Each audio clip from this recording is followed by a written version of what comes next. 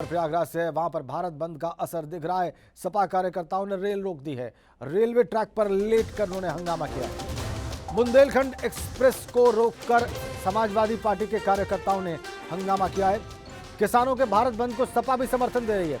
तमाम विपक्षी दलों की तरह से समाजवादी पार्टी भी भारत बंद को समर्थन दे रही है और इसी में उन्होंने बुंदेलखंड एक्सप्रेस को रोक दिया प्रयागराज में। और देखिए क्या किया उसके बाद।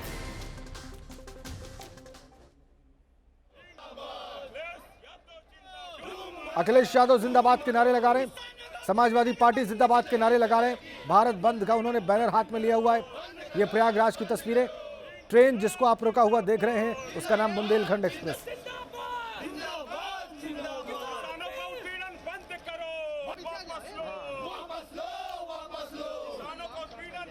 इस तरीके से समाजवादी पार्टी ने प्रयागराज में अपना प्रदर्शन किया है और इस तरीके से अपना विरोध जाहिर किया है ट्रेन रोककर।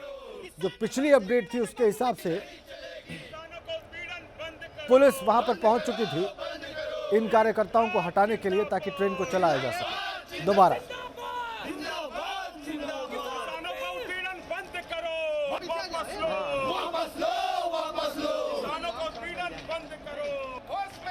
प्रयागराज से तस्वीरें, दो तस्वीरें आपकी स्क्रीन पर। कैसे प्रदर्शन कर रहे हैं रेलवे ट्रैक पर बैठकर समाजवादी पार्टी के कार्यकर्ता, ये आप देख लीजिए।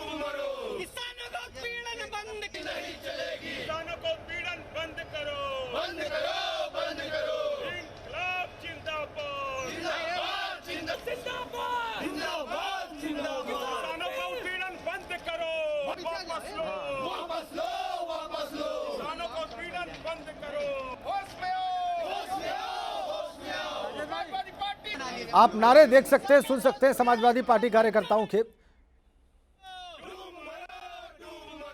जिस तरीके से किसान अपनी मांगों को लेकर के आंदोलन कर रहे हैं, आज भारत बंद है जिसमें समाजवादी पार्टी के राष्ट्रीय अध्यक्ष आदरणीय अखिलेश यादव जी के निर्देश पर इलाहाबाद में हम समाजवादी पार्टी के कार्यकर्ताओं के द्वारा आज प्रयाग स्टेशन पे आकर के भारत बंद के दौरान किसानों को समर्थन देते हुए हम लोग उनकी मांगों का समर्थन करते हैं ट्रेन को रोक करके।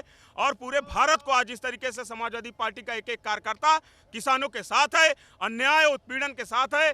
क्योंकि जब देश में भारतीय जनता पार्टी की सरकार बनी तो प्रधानमंत्री जी ने कहा कि हमारी अगर सरकार बनेगी तो हम किसानों के जो आय है उसकी दोगुनी करने का काम करेंगे।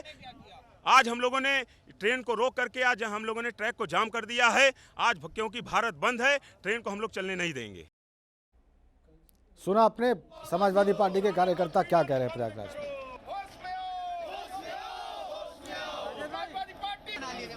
रेलवे ट्रैक पर बैठ गए हैं, कह रहे हैं ट्रेन को चलने नहीं देंगे।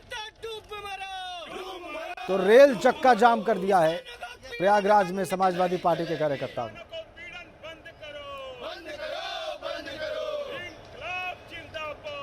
तस्वीरें प्रयागराज से समाजवादी पार्टी के कार्यकर्ताओं के प्रदर्शन की। आप ये तस्वीरें प्रयागराज की देख रहे हैं, समाजवादी पार्टी के कार्यकर्ताओं के प्रदर्शन की।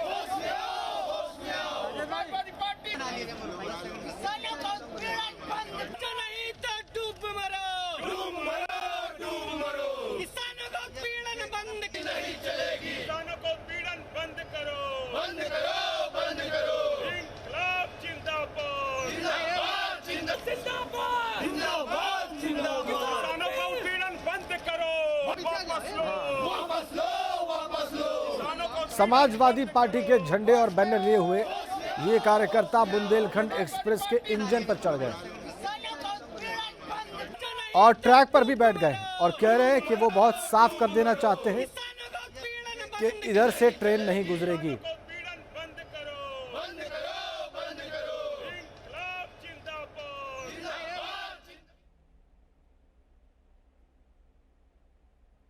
इस तरीके से प्रदर्शन की शुरुआत हो चुकी है। ये देखिए अब आप तीन तस्वीरें देख लीजिए। तीन तस्वीरें आपकी स्क्रीन पर। पंजाब में देख लीजिए क्या हो रहा है, पश्चिम बंगाल में क्या हो रहा है, मोहाली में ट्रेन बंद करने की, ये देखिए आप, मोहाली में इस तरीके से जाम की गई है रोड, और बंगाल में किस तरह से रेल रोकी गई है पश्चिम बंगाल में, वो आप देख लीजिए। राकेश टिकैत, किसान नेता राकेश टिकैत इस वक्त हमारे साथ फोन लाइन पर है। राकेश जी, स्वागत आपका एबीपी गंगा पर। अब सुबह के 9 से ज्यादा हो चुके हैं, क्या इरादा है आप लोगों का दिन में? जी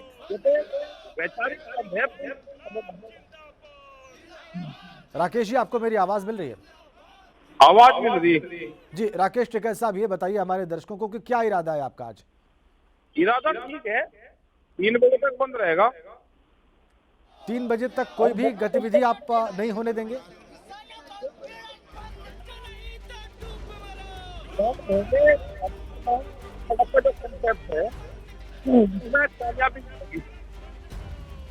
जी, तो 3 बजे तक चक्का जाम रहेगा, उसमें आप लोग की भूमिका क्या रहेगी? क्या आप लोग जबरदस्ती भी बंद कराएंगे?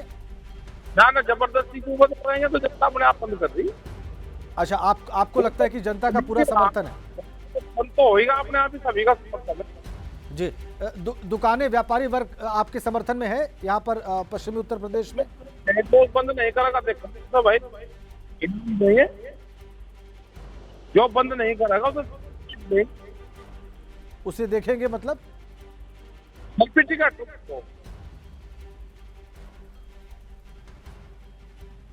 उसका माला घेरेंगे जो बंद नहीं करेगा।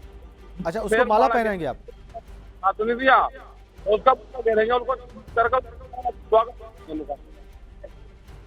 जी। अच्छा, इसके अलावा अगर कोई सामान्य यात्री अगर किसी काम से घर से निकले आए जाए तो उसको भी रोका जाएगा, या उसको आने जाने की इजाजत है आप लोग की ओर से? रिपोर्ट नहीं, हम वो कर भाई, जिसको ऑफिस में ड्यूटी करनी वो अपना तक तो जाएगा वो, और जब 10 बजे के बाद ऑफिस में नहीं जाएगा तो इसका मतलब नौकरी वाला भी अपने, हमारे तो डीएम सारे ऑफिस में, मुख्यमंत्री में बैठ जाते हैं 9:30 बजे, 10 बजे के ऑफिस, तो उसकी तो लगनी। ठीक है राकेश जी, बहुत बहुत धन्यवाद आपका।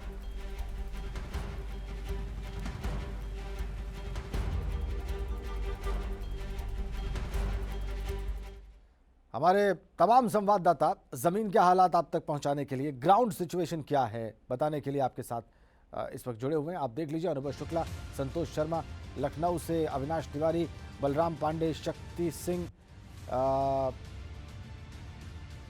भी हमारे साथ जुड़ेंगे, और वीरेश पांडे हमारे ब्यूरो चीफ भी हमारे साथ जुड़ गए। तो हमारे तमाम सहयोगी, जैसा कि आप स्क्रीन पर देख पा रहे हैं, हमारे साथ जुड़े हुए हैं आपको तमाम जरूरी अपडेट्स दिखाने और बताने के लिए।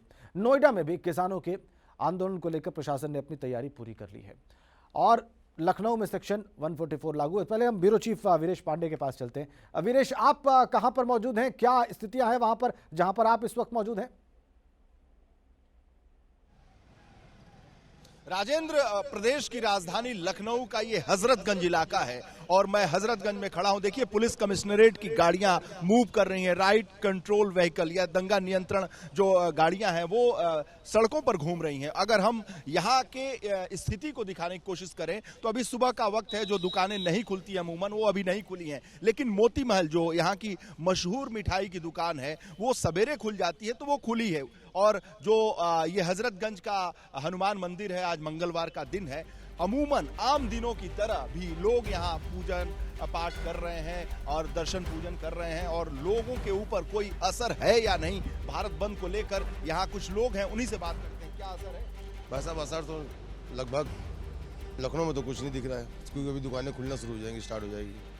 जी हाँ। तो भारत बंद का क्या मामला है? भाई, भारत बंद का मामला ये है कि अगर ये समझ लिए कुत्ता भेड़िया शेर, कुत्ता भेड़िया और गधे सब एक घाट पानी पे बह गए झगड़े के, तो समझ लीजिए कोई ना कोई शेर आया बैठा हुआ है, यही मामला। क्या है मामला?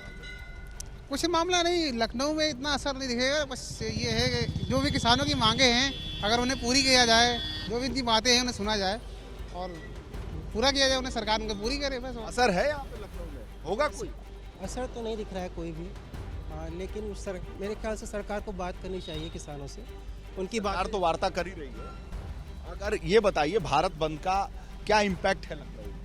इम्पैक्ट आप तो अमूमन रोज साइकिल चलाते हैं, आज भी चला रहे इम्पैक्ट तो अभी कोई नहीं दिख रहा है। हैं? हाँ, चलिए आप कुछ नेता के वेशभूषा में हैं, आप बताइए कुछ असर है भारत बंद? किस चीज़ के बारे में? भारत बंद है आज को, आपको पता है? हाँ हाँ, बंद तो है आज। पता है किसने किया आह्वान? तो किसानों ने किया है। किसानों ने किया। जी जी, तो आप उसका क्या असर देख रहे हैं लखनऊ में? बहुत असर है उसका। क्या? हर चीज़ पे असर है भाई। काम धंधे पे सब चीज़ पे असर है जो। अच्छा पंकज, हमारे जो छायाकार हैं, मैं उनसे कहूंगा कि इस हनुमान मंदिर के दृश्य को दिखाएं। और अमूमन जो सवेरे का वक्त होता है मंगलवार के दिन, वैसी ही दिनचर्या यहाँ चल रही है। और अगर दुकानों की बात करें तो 9 बजे के आसपास हजरतगंज की दुकानें नहीं खुलती हैं, मिठाई की दुकान खुली हुई है। लेकिन इम्पैक्ट के अगर हम प्रभाव से अगर कहें तो धारा 144 न केवल लखनऊ शहर में लगाया गया है बल्कि लखनऊ के ग्रामीण इलाकों में भी लगाया गया है। जो किसान यूनियन के लोग हैं वो ग्रामीण इलाकों में प्रदर्शन करेंगे, ऐसा उनका कहना है कि वो प्रदर्शन करेंगे। लेकिन वो हाईवे को जाम नहीं करेंगे, क्योंकि सरकार ने धारा 144 लगाई हुई है। और जो मुख्यमंत्री हैं उन्होंने वीडियो कॉन्फ्रेंसिंग के जरिए सभी डिस्ट्रिक्ट मजिस्ट्रेट और पुलिस कप्तानों को, कमिश्नरों को हिदायत दी है कि अगर कोई राजनीति करता है तो कानून की के धाराओं के तब तहत सख्ती उन की पर जाएगी। ठीक है अंकुश विनेश, लगाया जाए। अभी और फिलहाल तमाम जहां पर तरह आप की खड़े वहां पर तो पाबंदियां कुछ हैं, बहुत जैसा विशेष है। अभी इसका असर वाकई नहीं दिख रहा है। शायद सुबह का वक्त है और अभी लोग खुद ही सक्रिय नहीं हुए हैं, तो इसका असर हमें थोड़ी देर बाद ही पता चलेगा। अविनाश लेकिन ना डीएनडी बॉर्डर पर है दिल्ली नोएडा के। अविनाश, वहां पर क्या स्थिति है? सब बिल्कुल सामान्य है या कोई असामान्य चीज आपने नोटिस की?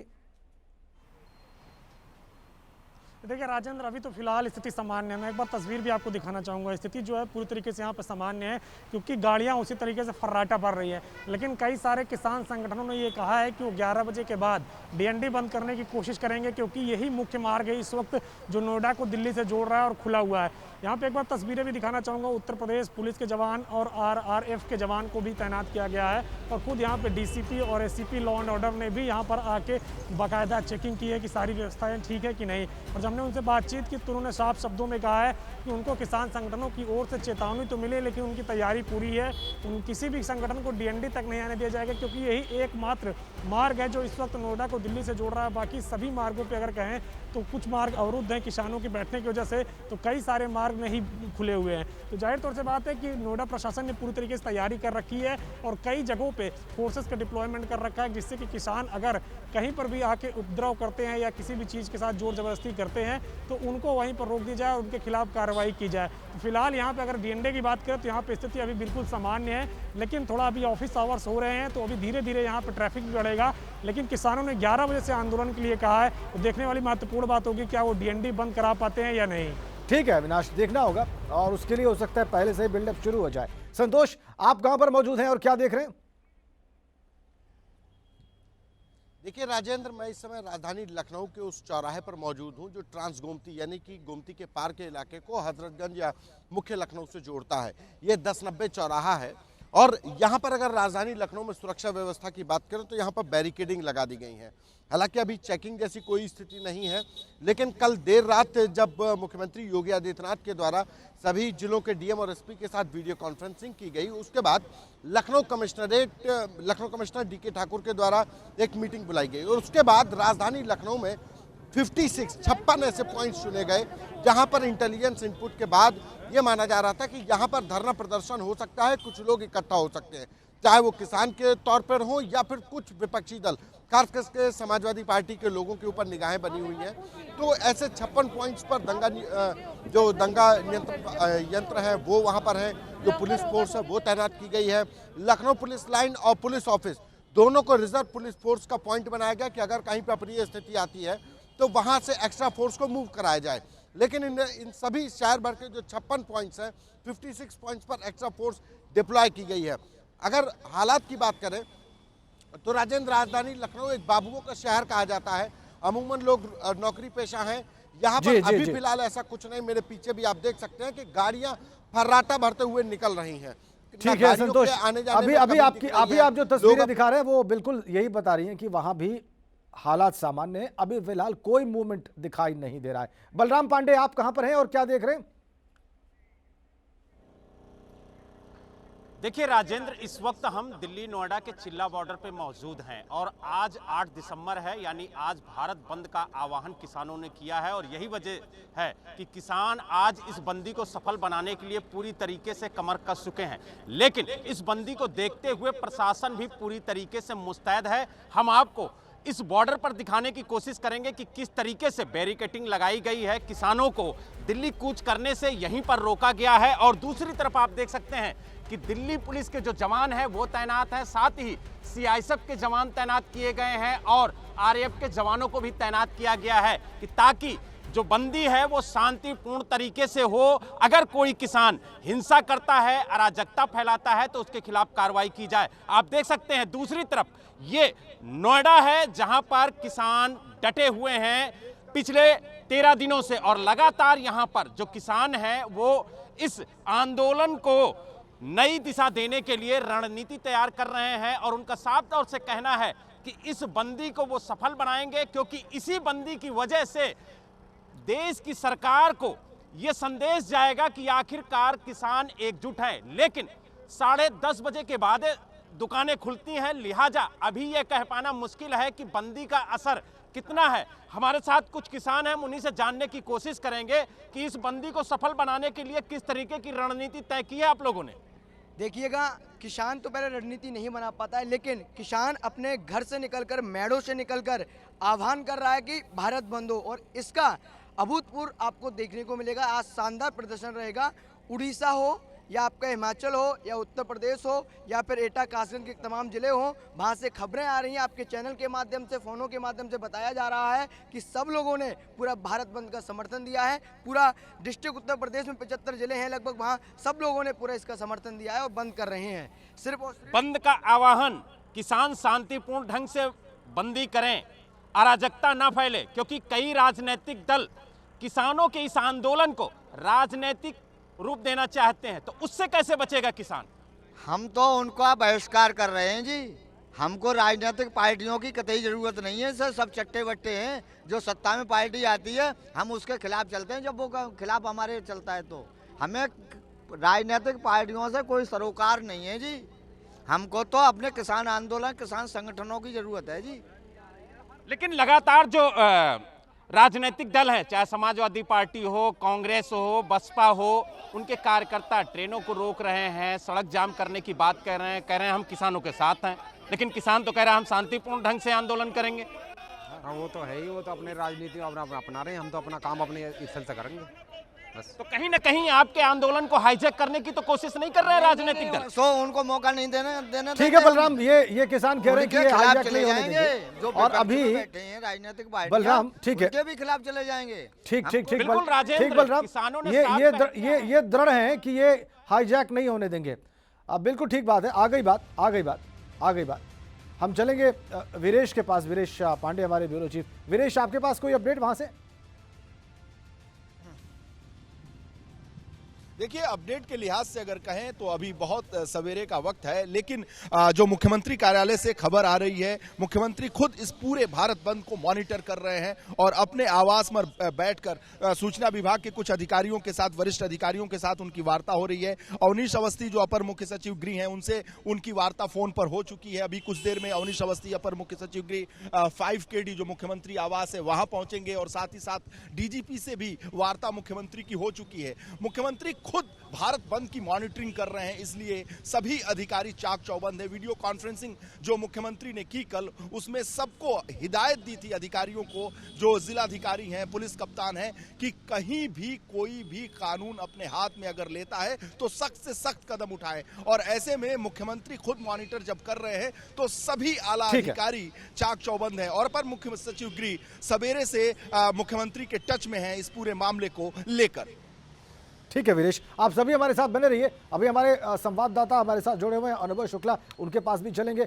लेकिन हमें छोटे से ब्रेक के लिए रुकना है। ये अपडेट का सिलसिला उसके बाद भी लगातार जारी।